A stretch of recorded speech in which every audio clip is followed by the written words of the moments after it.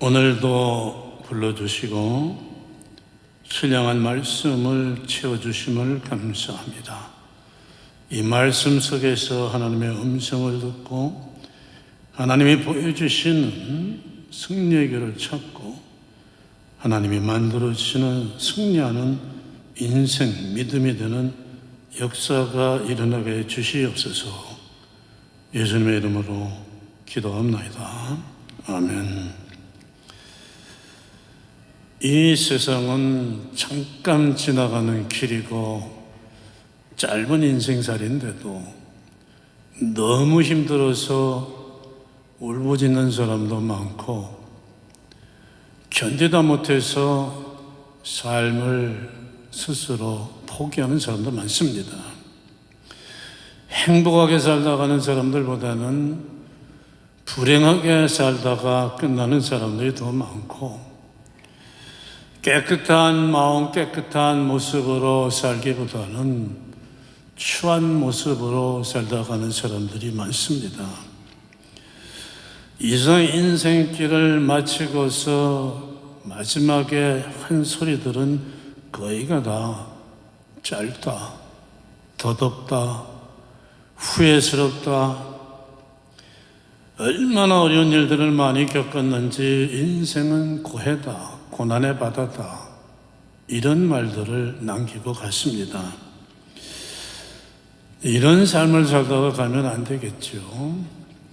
하나님은 성경은 그렇게 살지 않는, 다르게 사는, 후회하지 않는 삶의 길을 항상 보여주십니다.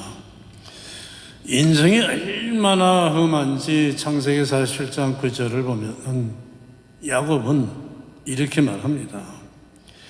내 인생 나그네의 길이 130년인데 험악한 세월을 보냈다. 야곱의 인생은 정말로 험했습니다. 형에서가 죽이려고 해가지고 집에서 도망을 쳐가지고 멀리 하란 땅으로 갑니다.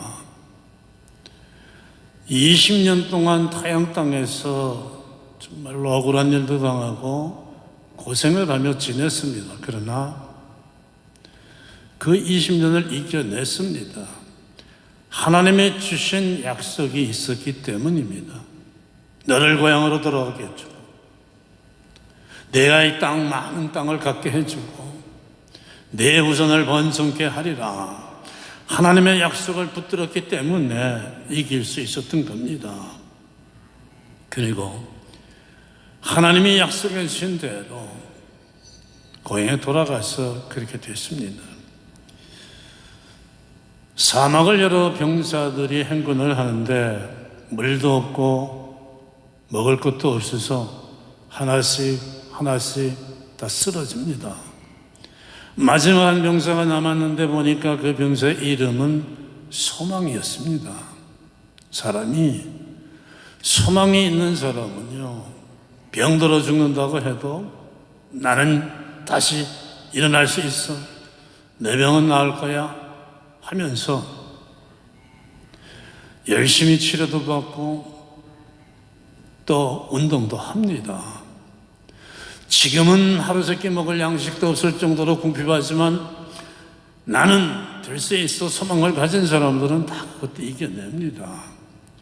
세상살이, 인생살이가 아무리 험하고 힘들어도 소망을 가진 사람들은 다 이겨냅니다. 그러나 소망이 없는 사람들은 쓰러지고 맙니다. 그럼 아무 소망이든 소망만 있으면 되느냐? 그건 아닙니다. 아무 소망이나 소망이라고 다 이루어지는 것은 아닙니다. 내가 내 생각대로 만들어낸 소망이 내가 소망하는 대로 이루어진다면 얼마나 좋겠어요.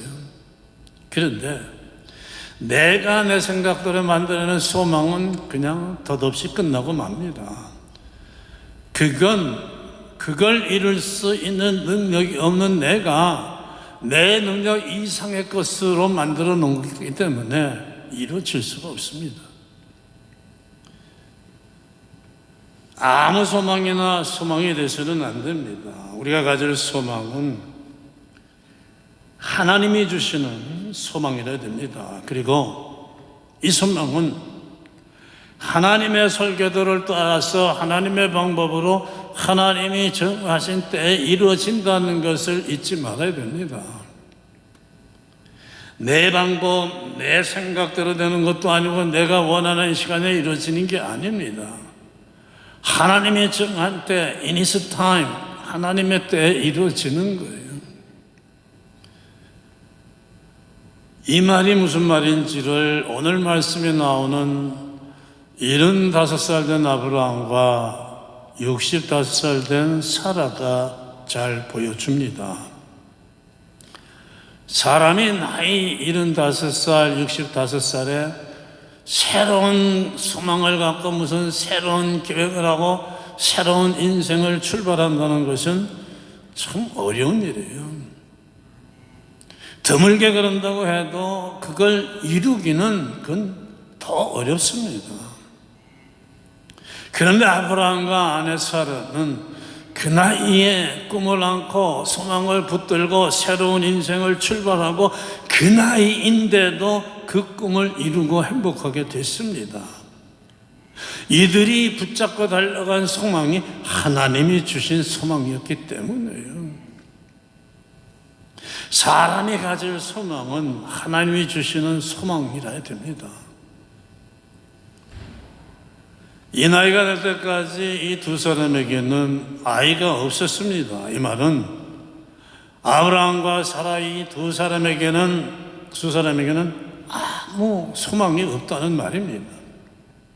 지금 이 시대는 자식을 의지 않고 사는 시대지만은 옛날에는 아니에요. 옛날에는 자식이 많아야 돼요. 후손이 많아야 됩니다. 그래야만 경제적으로도 부유해지고 또 자기 자신들의 안전도 지킬 수가 있습니다. 한 가정의 번성이 자식들에게 달렸어요. 농업이나 목축에 의존하던 시절이었기 때문에 자식 숫자가 많아야 수입도 많아지는 거예요. 또 약한 사람의 것을 뺏어가는 시대이기 때문에 자손이 많을수록 나라로 치면 군사력이 막강한 것과 똑같은 겁니다. 그런데 아브라함과 사라는 아이가 하나도 없어요. 누가 와서 건들고 누가 뺏으려고 하면 당할 수밖에 없습니다. 이런 자식이 없는 두 노인 아브라함과 사라에게 하나님께서 아들을 주신다는 거예요. 너에게 아들을 주면 네 후손이 번성하게 해주겠다.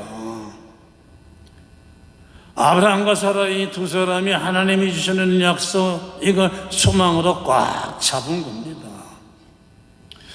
여기서 하나님이 왜 이 두 사람을 선택하셨는지를 잘 보여줍니다. 11절은 말씀하죠.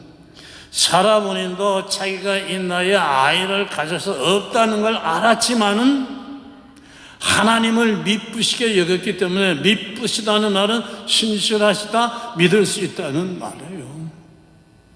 하나님을 믿음으로써 소망을 가진 거예요. 얼만큼이나 하나님을 믿었나? 하나님께서 내가 너희들에게 아들을 갖게 해줄 테니까 지금부터 너희들이 가지고 있는 재산도 다 버리고 부모 친척도 다 버리고 고향 여길 떠나라. 내가 가라고 하는 것으로 떠나라. 떠나면은 그때 가서 알려주겠다. 어디로 가는지 얼마나 가야 되는 길인지도 말도 안 해주는데, 그런데 그 말씀대로 다 버렸어요. 여러분, 75살 나이하고 65살 나이는 열심히 젊어서 일해가지고 모아놓은 걸 그걸 의지하고 살아갈 나이예요. 다 버릴 나이가 아닙니다. 그리고 이 나이는 하던 사업도 다 정리하고 이제 은퇴해야 되는 나이예요. 새로 뭘 시작할 나이가 아닙니다. 그런데도 하나님의 말씀을 따라서 이 두 노인네가 다 버린 거예요. 고향을 떠났어요. 이 두 사람의 믿음은 이런 믿음이었습니다. 세상 지식이나 과학으로는 말도 안 되는 하나님의 약속이지만은 하나님을 믿었으니까 이 나이에도 불구하고 하나님이 주신다고 했으니까 나는 아이를 가질 수 있다. 소망을 붙든 겁니다. 하나님이 주시는 복의 역사는 이런 사람들에게서 시작이 됩니다. 저 나이에 무슨 아이를, 사람이 죽었다가 다시 부활해서 살아, 처녀가 무슨 아이를 낳아, 홍해바다가 어떻게 갈라져, 천국이 어디 있고 지옥이 어디 있어, 강에서 무슨 마실 물이 나오고 하늘에서 무슨 먹을 만나가 떨어져, 과학적으로 먼쪽으로 말도 안 돼. 이렇게 무슨 쩍 하며 쩍쩍 하는 사람들에게서는 하나님의 복의 역사는 시작되지 않습니다. 복의 시작은 아브라함처럼 사라처럼 과학적으로 현실적으로 말도 안 되지만 하나님이 성경이 말씀하시는 거니까 나는 하는 믿음의 사람들 속에서 일어납니다. 과학과 세상의 모든 학문의 틀에서 벗어나지 못하고 거기 갇혀서 하는 사람들은 세상 공식 속에서 일어나는 삶밖에 살지 못합니다. 그걸 벗어나야 돼요. 세상이라는 테두리를 벗어나야 됩니다. 하나님의 약속을 믿는 사람은 그리고 하나님의 때가 될 때까지 기다릴 줄 알아야 됩니다. 아들을 갖게 해주시겠다고 한 그 하나님의 약속이 즉시 이루어지면 얼마나 좋았겠어요. 그런데 이 두 사람이 아들을 갖게 될 때까지 25년이 걸렸어요.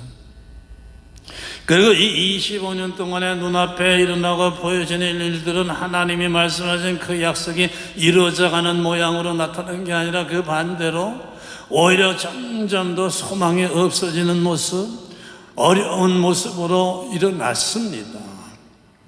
나이는 그동안에 더 많아서 아이를 가능성은 신체적으로 약적으로 더 가능성이 없어졌어요. 죽을 뻔한 일들도 많이 생겼습니다. 그래서 하나님의 약속을 붙들고서 출발했던 이들이지만 의심이 들기 시작했고 의심이 생기니까 믿음은 흔들리기 시작했습니다. 소망도 점점 열버져 갔습니다. 하나님의 약속을 믿고 출발하는 믿음은 있었지만은 무슨 일이 있어도 하나님의 약속은 반드시 이루어진다. 세상이 무슨 짓을 하더라도 내가 세상에 끼어지는 것이 아니라 세상이 내 앞에서 끼어져 나간다. 왜냐? 하나님이 나와 함께 하시니까 하는 거기까지의 믿음은 아직 없었기 때문입니다. 사실은 그래서 아들을 얻기까지 25년 걸렸던 거예요.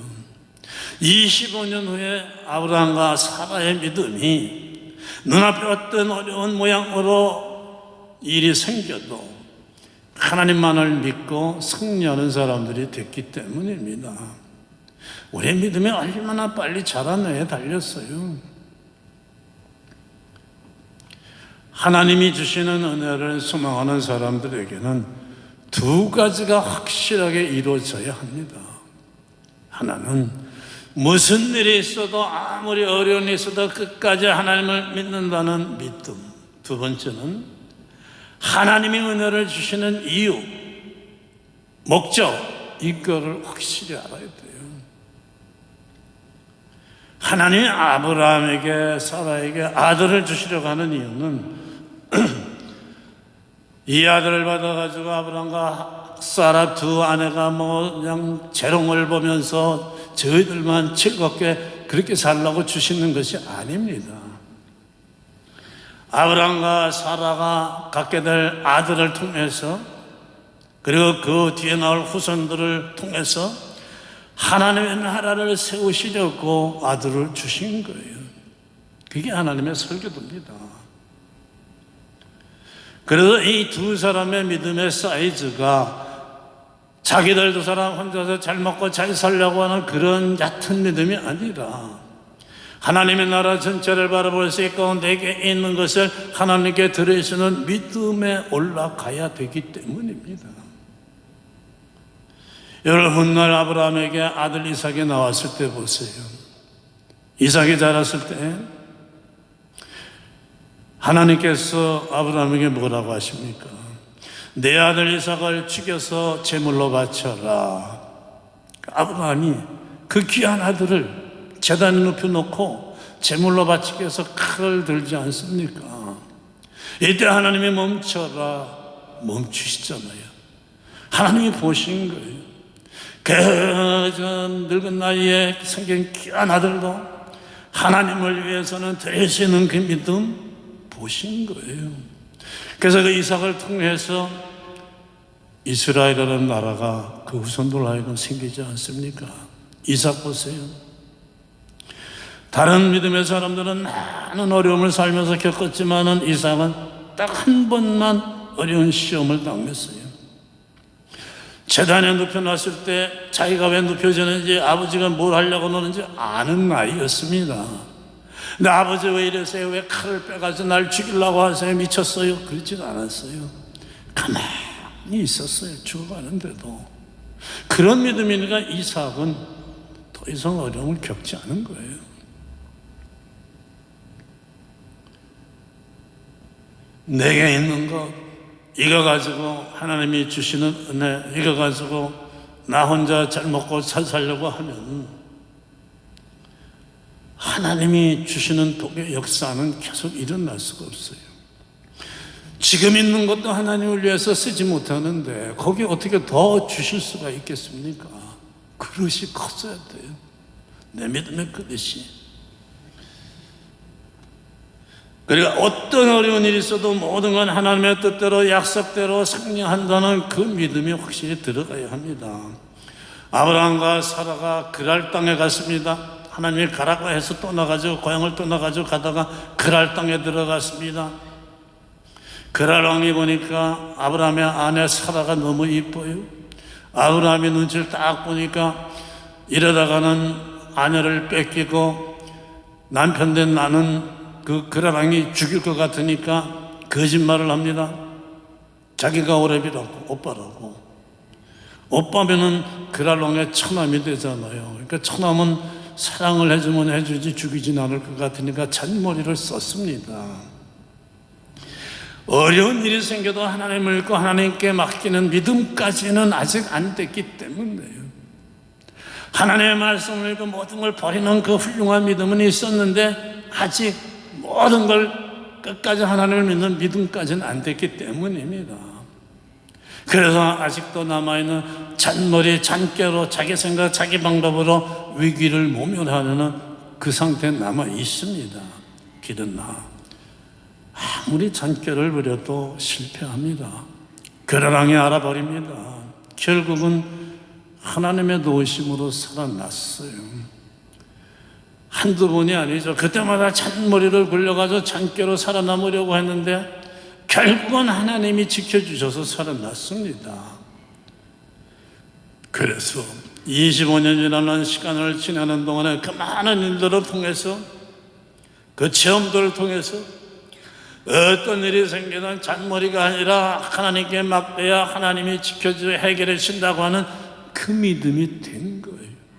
그래서 아들을 갖게 됩니다. 여러분, 하나님을 믿다가 생기는 어려운 일은요, 하나님이 지금 나를 만들어 가시고 있기 때문이에요. 하나님이 나로 하여금 하나님이 얼마나 놀라운 하나님이고 세상이 우리가 무섭게 생각하는 세상이 얼마나 보잘것없는 세상인가를 알게 해주시는 거예요. 이런 일을 겪지 않으면 어떻게 알겠어요? 이스라엘 백성들이 애굽 군대에게 쫓길 때에 하나님의 능력이 홍해바다도 갈리는 능력이라는 걸 알지 않습니까? 이제 아브라함과 사라의 믿음의 수준이 업그레이드 되니까 하나님의 응답이 이루어집니다. 12절, 죽은 자와 방불한 똑같은 한 사람에게서 하늘의 별처럼 많고 바닷가의 모래처럼 많은 자손이 번성해 갔다고 아들을 갖게 되고 그 아들 이삭을 통해서 생겨나는 후손들로 하나님의 나라, 믿음의 나라 이스라엘이 탄생한 겁니다. 다시 말씀드리지만 하나님께서 나이든 아브라함과 사라에게 아들을 갖게 해준 것은 두 사람이 늙음하게 아이를 가지고서 그냥 너무 좋아서 자기들끼리 즐기라고 하는 것 절대 아니에요. 오늘 우리 그리스도인들을 괴롭히는 것도 하나님의 응답과 하나님의 역사가 너무 오래 걸린다는 겁니다. 기도한 지 오래되는데도 바란 지가 오래되는데도 응답되지 않고 잘 해결이 안 됩니다. 하나님을 믿은 지가 꽤 오래되는데도 눈에 보이도록 어떤 게 나한테 채워지질 않습니다. 이만큼 됐으면 되나 싶은데, 이만큼 믿었으면 되나 싶은데 아니에요. 눈에 보이는 형편은 더 어려워져 보일 때도 있습니다. 주변에서는 저봐라 열심히 믿는다고 하는데, 기도한다고 하는데, 하나님이 은혜 주신다고 하는데 저꼴 봐라 조롱을 하기도 합니다. 하나님이 이러실 수가 있습니까? 섭섭한 마음이 들기도 하고 마음속에서 불신앙의 소리에 그저 흔들리기도 합니다. 내 안에 두 가지가 이루어져야 돼요. 어떤 어려운 일이 있어도 끝까지 하나님을 믿는다는 믿음, 그리고 내게 있는 모든 것을 하나님의 위해 드리고 쓴다는 믿음. 아니면 하나님께서 하나님의 것을 더 채워주시고 맡기실 수가 없습니다. 2차 대전 중에 나치 수용 속에서 절망 가운데 있는 유대인들이 구세주를 믿고 우리를 구원할 구세주가 오는 걸 믿는다는 믿음을 가지고 견디다가 너무 오래 걸리니까 절망하기 시작하고 죽어갔습니다. 그때 한 젊은이가 이런 노래를 지었습니다. 노래의 제목은 그래도 나는 믿는다 였습니다. 우리는 우리의 구세주가 오리라고 믿는다.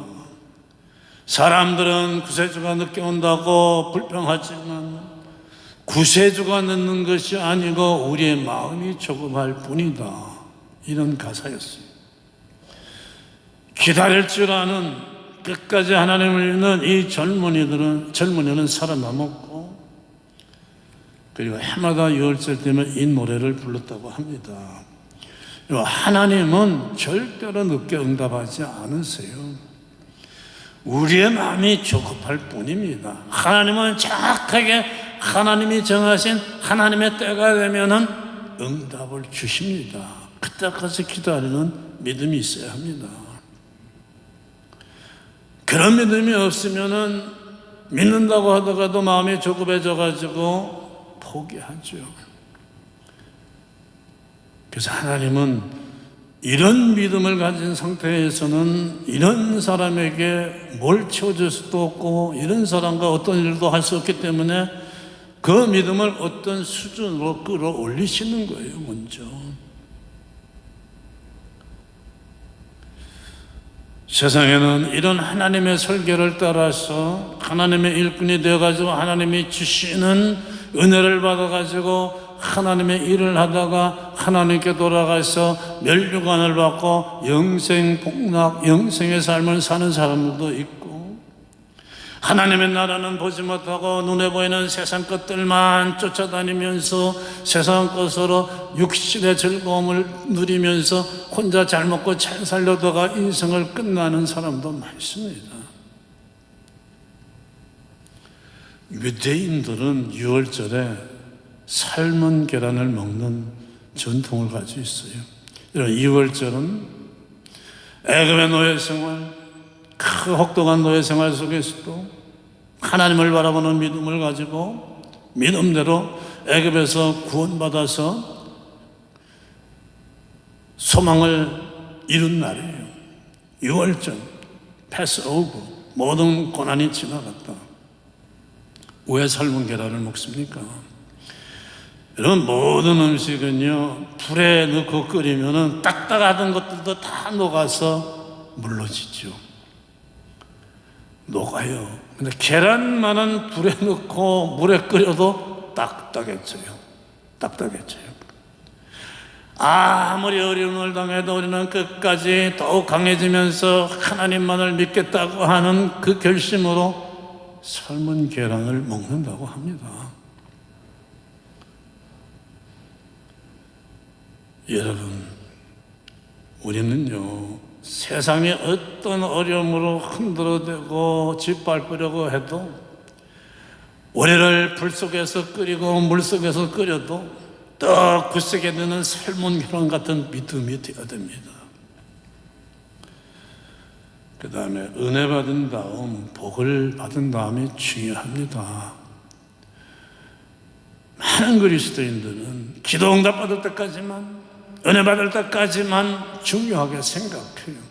응답 받으면, 은혜 받으면 그걸로 끝나요. 그런데요, 하나님은 은혜 받은 뒤에 응답 받은 뒤를 더 중요하게 생각하시고서 은혜 받은 다음에 응답 받은 뒤에 어떻게 하나를 보고 계세요. 그때부터가 더 중요해요. 받은 은혜를, 받은 복을 하나님을 위해서 쓰게 될 때 더 하나님이 맡겨주시죠. 내가 받은 은혜, 내가 받은 복도 내 가족들과 그냥 나만 혼자 잘 먹고 잘 살려고 해서는 더 맡겨주실 수가 없어요. 그래서 성경은 뭐라고 합니까? 주는 자가 복되다고 합니다. 주라 그리하면 누르고 흔들어 넘치도록 채워준다고 하십니다. 그래서요, 자꾸 받는 복을 하나님한테 받기보다 먼저 나를 줄 수 있는 사람으로 만들어주세요. 주는 은혜, 줄 수 있는 은사를 받아야 돼요. 이게 더 중요합니다.